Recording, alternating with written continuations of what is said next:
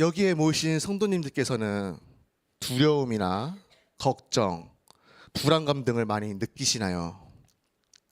아마 남들에게 말 못할 두려움이나 걱정, 불안감 등을 많이 느끼시리라 생각됩니다. 저 또한 걱정과 두려움, 불안감들이 굉장히 많습니다. 그중 저의 두려움이 사역을 하지 않겠노라 다짐하게 한 것이었습니다.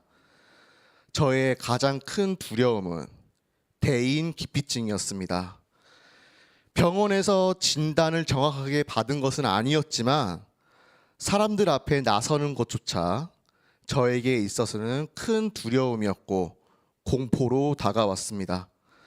큰 예로 저는 대학을 졸업할 때까지 발표를 단 한 번도 하지 않았을 정도로 남들 앞에 나서는 것을 두려워했습니다. 그럼에도 저에게 사역을 나가라고 권유해 주신 교수님과 많은 전도사님들이 계셨습니다. 그럴 때마다 저는 기도해 보겠습니다 라는 나름대로의 거절 의사를 내비쳤습니다. 사역을 나가면은 인원수에 상관없이 이렇게 나와 설교를 한다는 것 자체가 제게 굉장히 큰 부담이었고 두려웠기 때문이었습니다. 이런 두려움 때문에 하나님께서 부르심에도 못 들은 척 도망치다 결국 잡혀서 총신대학원에 입학하게 되었습니다. 입학 후 저는 다짐했습니다. 그 다짐은 사역은 할 거지만 대학원을 졸업하고 이후에 사역을 시작할 거라는 다짐이었습니다. 하지만 저의 다짐은 얼마 가지 못했습니다. 1학년 2학기가 시작될 무렵 같은 반 전도사님이 제게 함께 사역을 하자고 당겨주셨기 때문입니다. 그 요청에 저의 반응은 어땠을까요? 역시 기도해 보겠습니다 라는 거절 의사를 냈습니다. 하지만 그 전도사님께서는 포기하지 않고 저를 볼 때마다 함께 사역을 하자고 계속 저에게 권유를 해주셨습니다. 그 권유에 저는 못 이기는 척 저의 첫 사역이 시작되었습니다. 많은 시행착오와 떨리는 순간 속에서 저는 한 걸음 한 걸음 나아가기 시작했습니다. 그리고 그 속에서 사역은 내가 하는 것이 아니라 하나님께서 하셨다는 것을 고백하게 하셨습니다. 나름 1년이라는 기간 동안 경험을 쌓아서 그런가 사람들 앞에, 성도님들 앞에 나서는 것이 어느 정도 그 두려움은 어느 정도 떨칠 수 있게 되었습니다. 아무것도 모르고 긴장과 두려움 속에서 떨고 있는 저에게 하나님께서는 같은 반 전도사님을 제 옆에 붙여주셔서 큰 힘이 되게 해주셨습니다. 하나님께서는 언제나 함께 해주시지만 그럼에도 두려워 떨고 있는 저에게 눈에 보이는 동역자가 함께 하도록 인도해 주셨습니다. 그런데 오늘 본문에 저와 같이 동일한 두려움을 가지고 있는 인물이 나옵니다. 그 인물은 누구이며 하나님께서 그를 통해 어떤 역사를 보이실지 함께 나눠보고자 합니다. 오늘 말씀의 주인공은 저와 같이 하나님의 부르심에 거절하는 모습을 보입니다. 오늘 본문의 주인공은 바로 모세입니다. 모세는 어떠한 사람이었나요? 이스라엘 사람들에게 손꼽히는 지도자 중 하나로서 존경을 받는 인물이었습니다. 그런 모세의 첫 모습은 하나님께서 맡겨주신 사명을 감당하기에 적합하지 않다고, 하나님의 사명을 절대 감당하지 못한다고 하나님의 부르심에 순종하지 않는 모습이었습니다. 모세는 10절을 통해 자신의 부족함을 숨김없이 하나님 앞에서 고백합니다. 10절 다 같이 읽어보겠습니다. 시작. 모세가 여호와께 아뢰되 오 주여 나는 본래 말을 잘하지 못하는 자니이다. 주께서 주의 종에게 명령하신 후에도 역시 그러하니 나는 입이 뻣뻣하고 혀가 둔한 자니이다. 하나님 앞에서 자신은 말을 잘하지 못하는 사람이라 말하며 하나님의 사명을 감당하기 어렵다고 고백합니다. 그러자 하나님께서는 어떻게 반응하시나요? 11절과 12절입니다. 여호와께서 그에게 이르시되 누가 사람의 입을 지었느냐? 누가 말 못하는 자나 못 듣는 자나 눈 밝은 자나 맹인이 되게 하였느냐? 나 여호와가 아니냐? 이제 가라. 내가 내 입과 함께 있어서 할 말을 가르치리라. 아멘. 하나님께서는 본인이 함께 할 테니 가라고 명령하십니다. 하지만 모세는 13절을 통해 한 번 더 거부합니다. 주여 보낼 만한 자를 보내소서. 모세는 왜 이렇게까지 하나님의 부르심에 거부하고 피하려고 하는 걸까요? 모세는 실패의 경험을 갖고 있던 사람이었습니다. 과거 애굽에 있었을 때 고통당하는 동족을 보고 그들을 위하여 나선 적이 있었습니다. 하지만 동족을 향한 그의 뜨거운 마음은 오히려 동족으로부터 차갑게 외면을 당하고 맙니다. 모세는 그로 인해 바로에게 쫓기는 신세가 되며 결국 모세는 미디안 땅으로 도망하여 고통의 시간을 보내야만 했습니다. 하나님께서는 모세의 상황과 그의 마음을 잘 알고 계셨습니다. 모세를 위로하셨고요. 만군의 주 하나님께서 함께 하신다는 것을 알려주셨음에도 불구하고 모세는 인간적인 두려움을 떨쳐버리지 못하며 사람들 앞에 나가기를 주저하였습니다. 그렇게 모세는 실패의 경험과 입이 둔하다는 이유로 하나님의 사명을 거절합니다. 이러한 모세의 모습은 자신을 하나님께 온전히 맡기지 못하고 자신의 힘으로 그렇다 할 결과를 만들어내야 한다는 자신의 힘을 의지한 믿음 없는 태도라 할 수 있습니다. 하나님께서는 하나님의 뜻대로 인도하시기 위해 14절을 통해서 모세에게 화를 내십니다. 14절입니다. 다 같이 한번 읽어보겠습니다. 시작. 여호와께서 모세를 향하여 노하여 이르시되 레위 사람 내 형 아론이 있지 아니하냐? 그가 말 잘하는 것을 내가 아노라. 그가 너를 만나러 나오나니 그가 너를 볼 때에 그의 마음에 기쁨이 있을 것이라. 아멘. 하나님께서는 모세의 입을 대신해 줄 아론을 세우셔서 모세가 하나님의 부르심에 응하도록 이끄십니다. 하나님께서는 인간적인 약점으로 인해 자신감을 상실한 자에게 사람을 붙여주심으로 그 약점을 극복하게 하십니다. 여기에서 저희가 기억해야 할 것이 하나 있습니다. 하나님께서는 상황에 따라 동역자를 붙여주신다는 겁니다.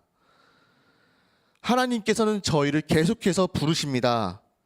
봉사자의 자리로, 교사의 자리로, 워십의 자리로, 그리고 사역자의 자리로 각자 위치에 맞게 저희를 계속해서 부르십니다. 그럴 때마다 저희는 각자의 이유로, 사정으로 하나님의 부르심을 거부하고 순종하기를 어려워합니다. 모두 그렇지 않나요? 누군가의 앞에 나서서 무언가를 한다는 것 그 자체가 분명 부담이 되고 어려움이 있습니다. 그리고 그것이 때로는 두려움으로, 때로는 공포로 다가옵니다. 모세처럼 말을 잘 못한다는 이유로, 노래를 잘 하지 못한다는 이유로, 아이들을 잘 가르치지 못한다는 각자의 이유로 하나님의 부르심을 거절하고 있습니다. 하지만 그것들은 환경을 구실로 삼은 변명입니다. 4장 1절 상반절에서는 모세는 하나님의 부르심에 대하여 그들이 나를 믿지 아니하며 내 말을 듣지 아니하고 라며 환경을 구실로 변명합니다. 이것은 모세가 자신의 환경, 즉 자신은 권세도 없을 뿐더러 권위도 부여되지 않는 평범한 목자에 불과하다는 사실을 들어 변명한 것이었습니다. 아무도 자신의 권위를 인정하지 않고 자신의 말을 믿지 않는다는 그럴듯한 구실입니다. 그러나 이러한 변명과 구실은 권능을 이미 주셨고 이미 백성들의 마음을 믿도록 하신 하나님에 대한 믿음이 부족한 것이 아니었을까요? 사사 기드온도 하나님의 부르심을 받았을 때 가문의 연약함을 핑곗거리로 삼았습니다. 이와 같이 우리는 하나님께 있어 환경과 사회생활, 가정 형편 등을 구실로 하나님의 부르심에 거절하며 나아가지 않습니다. 이러한 모습들은 하나님의 권능을 믿지 못하는 연약한 사람의 생각이며 계획일 뿐입니다. 또한 모세의 거절은 조건을 구실로 삼은 변명입니다. 10절에 나오는 말에 능치 못함을 구실로 내세워 하나님의 부르심을 거절합니다. 우리는 모든 것이 완벽히 준비가 되어야만 사명을 잘 감당할 수 있다는 생각과 계획을 가지고 있습니다. 하지만 성도 여러분, 우리가 아무리 열심히 준비하더라도, 철저히 준비한다고 하더라도 그 어떤 것도 완벽하게 준비하지 못하는 그런 연약한 사람입니다. 그 이유는 우리는 완벽에, 완전에 도달하지 못하는 존재이기 때문입니다.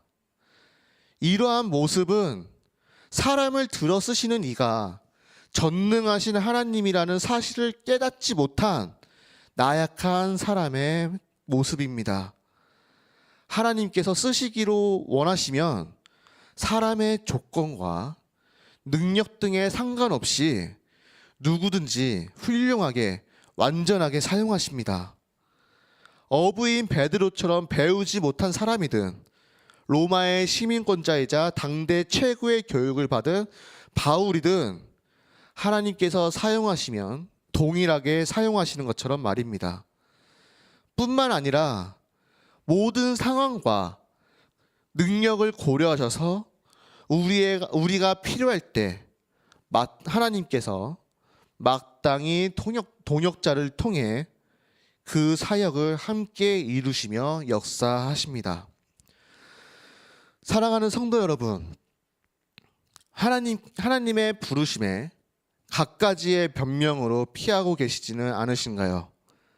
환경을 핑계로, 준비가 되지 않았다는 핑계로, 적합하지 않다는 핑계로 이리저리 하나님의 부르심에 도망치고 계시지 않으신가요? 지난 주일 담임 목사님께서 하신 예화 중 슬픔의 5단계에 대해 말씀하셨습니다. 부정과 분노, 타협과 우울, 그리고 수용, 순으로 슬픔이 표출된다고 말씀하셨습니다. 이 예화를 듣고 곰곰이 생각해 보니 저는 단계별로 모두 다 경험을 해보았습니다. 어린 시절 저는 태권도 선수라는 꿈을 키우며 살았습니다. 하지만 그 길이 제 길이 아니었는지 그 어린 시절부터 하나님께서는 저를 부르시기 위해 저의 무릎을 치셔서 십자인대가 끊어지는 심각한 부상을 입게 하셨습니다. 처음에는 현실을 부정하고 다시 재활해서 하면 되지라는 생각으로 열심히 복귀를 위해 최선을 다했지만 결국 태권도라는 운동을 더 이상 하지 못하게 되었습니다. 그러자 저의 마음속에는 분노가 나왔습니다. 그리고 그 분노는 하나님을 향해 표출되었습니다. 하나님, 저는 태권도만 해온 사람입니다. 다른 것 다 포기하고 태권도만 해온 저에게 어찌 태권도를 빼앗아 가시나요? 라며 하면은 안 됐지만 하나님의 존재마저 부정하는 분노가 나타났습니다. 그 분노의 시간이 지나 저는 대학을 신학과로 진학을 하게 됩니다. 입학 당시에는 뜨거운 열정과 사명감으로 입학했지만 공부하면서 저는 자각하기 시작했습니다. 역시 이 길은 내 길이 아니야. 저는 사명자의 길이 내 길이 아니라고 판단하고 그저 목회자를 돕는 일을 하겠다고 세상과 타협을 합니다. 그렇게 식당 주방으로 도망쳐서 돈을 벌었고 그 돈을 모아 저만의 가게를 오픈하는 계획을 세웠습니다. 하지만 하나님께서는 저의 계획을 완전히 무너뜨리시고는 사람 간의 관계도 완전히 무너뜨리셨습니다. 저만의 가게를 오픈하는 것을 접고 복학을 했지만 또다시 벽을 느끼고 휴학을 하게 되었습니다. 그러고는 이전 다니엘 기도회의 강사로 나오신 현승원 대표가 운영했던 그 회사의 학원 중 하나를 맡아 원장으로 일을 하게 되었습니다. 그러자 하나님께서는요, 저를 다시 부르시기 위해 영적으로, 육적으로 아픔을 주시고 저의 삶을 피폐하게 만드셨습니다. 저는 일대 우울증이 다가옵니다. 제가 부모님께도 말 못한 일을 이 자리를 통해 고백합니다. 이 시기 제가 자취하던 곳이 오피스텔의 6층이었는데 안 좋은 마음을 갖고 창문을 열어서 아래를 보니 꽤나 높더군요. 네, 그래서 아래를 보고 저는 생각을 했습니다. 과연 이곳에서 떨어지면 나는 한 번에 죽을 수 있을까? 라는 안 좋은 생각을 하게 되었습니다. 물론 행동으로는 취하진 않았습니다. 지금 되돌아보면 그러한 생각을 한 것조차 큰 죄이고 하나님 앞에서 잘못된 행동이라고 지금 고백하며 회개합니다. 그만큼 저의 영적, 육적 건강이 건강하지 않았음을 고백합니다. 그때 저는 여기서 더 도망치면 아픈 데에서는 끝나지 않겠다라는 공포감이 찾아왔습니다. 저는 부정이라는 감정에서부터 수용하기까지 10년이라는 시간이 흘렀습니다. 그렇게 저는 수용하며 많이 부족하지만 사역자로서의 걸음이 시작되었고 감사하게도 주변에 저를 도와주시는 많은 동역자분들을 만나게 되었습니다. 좋은 담임 목사님, 선배 목사님들, 동료 전도사님들과 부서 선생님들, 그리고 부모님까지. 물론 저는 성도님들보다 더 살아보지 않았고 많은 경험을 해보지 않았습니다. 하지만 누구보다도 많이 도망쳐봤고 하나님께 많이 혼나보았습니다. 그리고 현재 저는 누구보다도 부족하고 연약한 존재라는 것을 고백합니다. 하지만 하나님께서는 이런 저를 사용하시고 더 나아가 사명을 함께 감당할 동역자를 반드시 붙여주신다는 것을 경험했습니다. 물론 인간적인 시선으로 보았을 때는 환경이, 조건이 적합하지 않음이 하나님의 부르심 앞으로 나아가는 것에 대해 발목을 잡는 것으로 느껴질 수 있습니다. 모세의 모습처럼, 그리고 저의 모습처럼 성도님들의 마음 속에 느껴지시는 그 상황 속에서 여전히 갖가지의 변명으로 하나님의 부르심을 거절하고 계시지는 않으신가요? 이에 저는 당당히 말할 수 있습니다. 순종하며 나아갈 때 하나님께서는 하나님의 때에 하나님의 방법으로 이해가 되지 않는 그 은혜의 순간과 동역자로 성도님들을 도울 줄 믿습니다. 하나님은 실수하지 않으십니다. 그러니 하나님께서 부르시고 계시다는 것을 강하게 느껴지실 때는 두렵고 무섭지만 하나님을 신뢰하는 그 마음으로 순종하며 이사야 6장 8절의 말씀처럼 주님, 제가 여기 있습니다. 저를 보내주십시오 라는 고백을 하시는 성도님들과 제가 되길 간절히 소망합니다. 하나님께서는 눈에 보이는 동역자로, 상황으로, 때로는 이해가 되지 않는 순간을 통해 성도님들께 도움을 주십니다. 하지만 여기서 우리가 가장 중요하게 생각해야 하는 것이 하나 더 있습니다. 바로 최고의 동역자는 하나님이시라는 겁니다. 하나님은 어떠한 분이신가요? 세상을 말씀만으로 창조하신 전지전능하신 분이십니다. 세상을 홍수로 심판하실 때에도 하나님과 동행하였던 노아만큼은 구원하신 긍휼과 사랑이 넘치시는 하나님이십니다.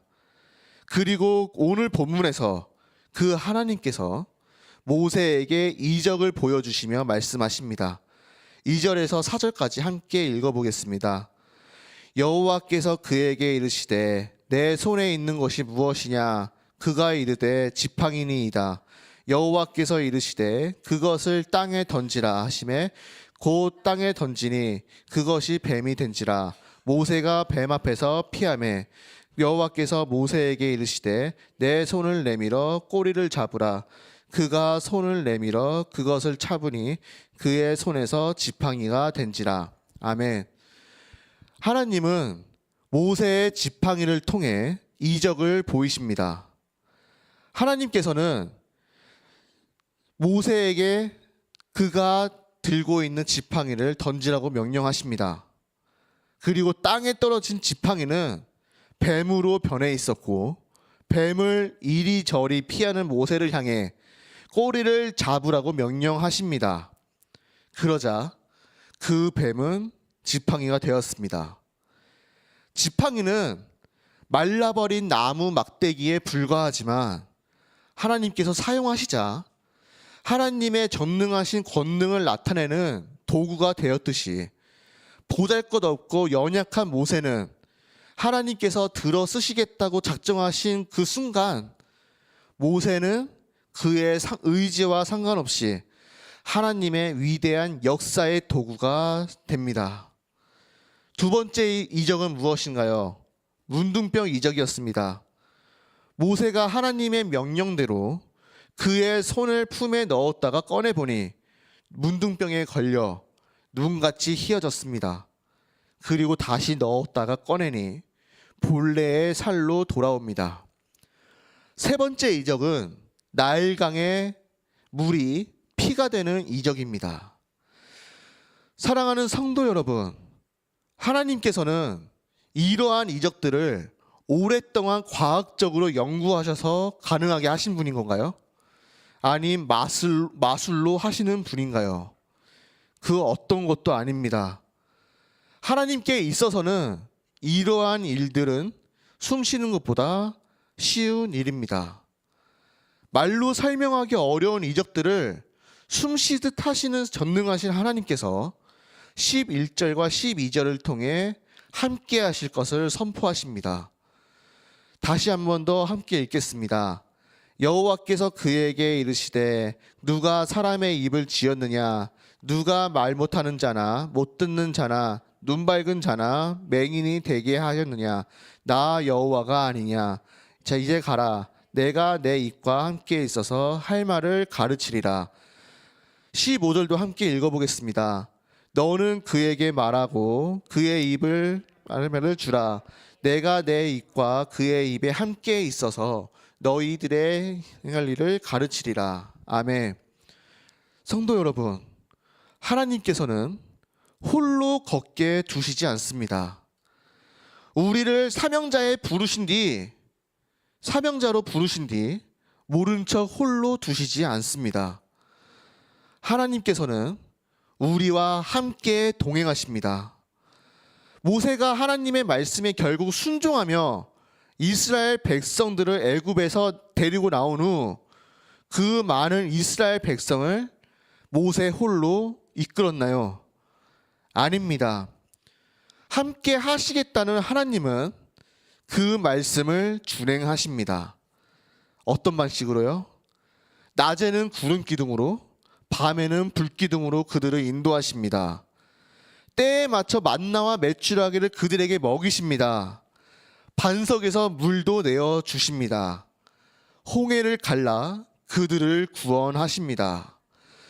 과학적으로나 인간의 생각으로는 전혀 이해가 되지 않는 방법으로 그들을 도우십니다.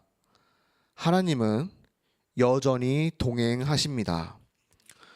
하나님은 겸손하다 못해 소심하던 모세를 부르신 후 홀로 그 일을 감당하게 두지 않으십니다.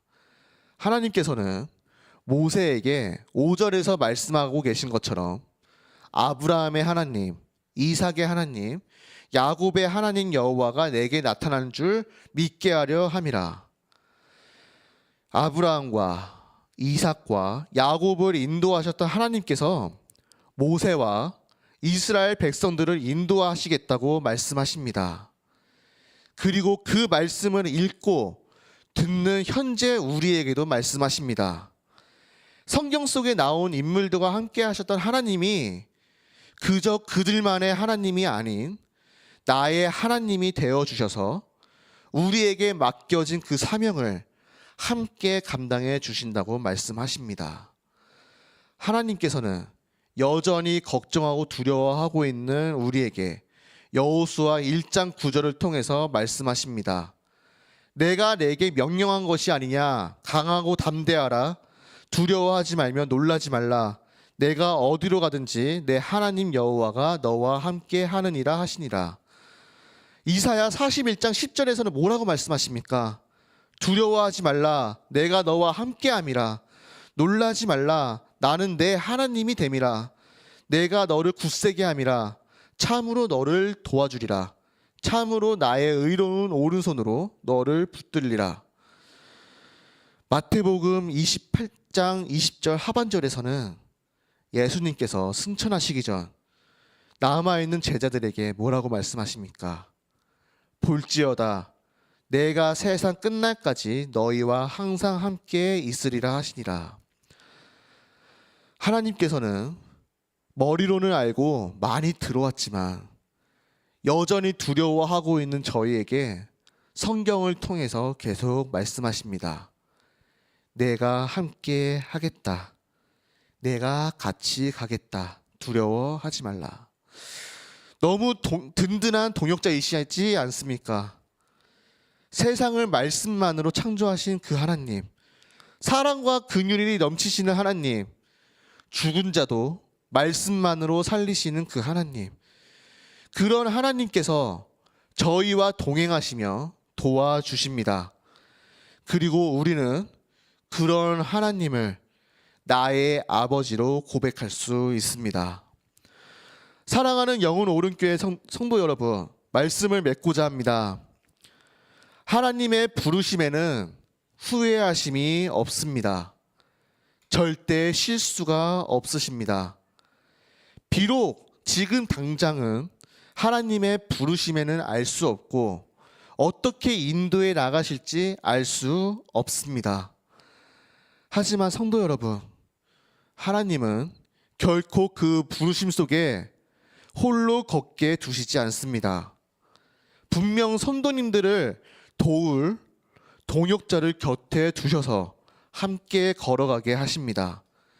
그렇지 않더라도 그리 아니하실지라도 두려울 게 뭐가 있을까요? 전능하신 하나님께서 나와 동행하시겠다고 말씀을 통해서 계속해서 말씀하시는데 무엇이 두려우신가요? 하나님의 부르심에는 하나님의 동행하심이 있음을 믿고 상황에 따라 동역자를 붙여주심을 신뢰하며 순종하며 나아가시는 성도님들과 제가 되길 간절히 소망합니다.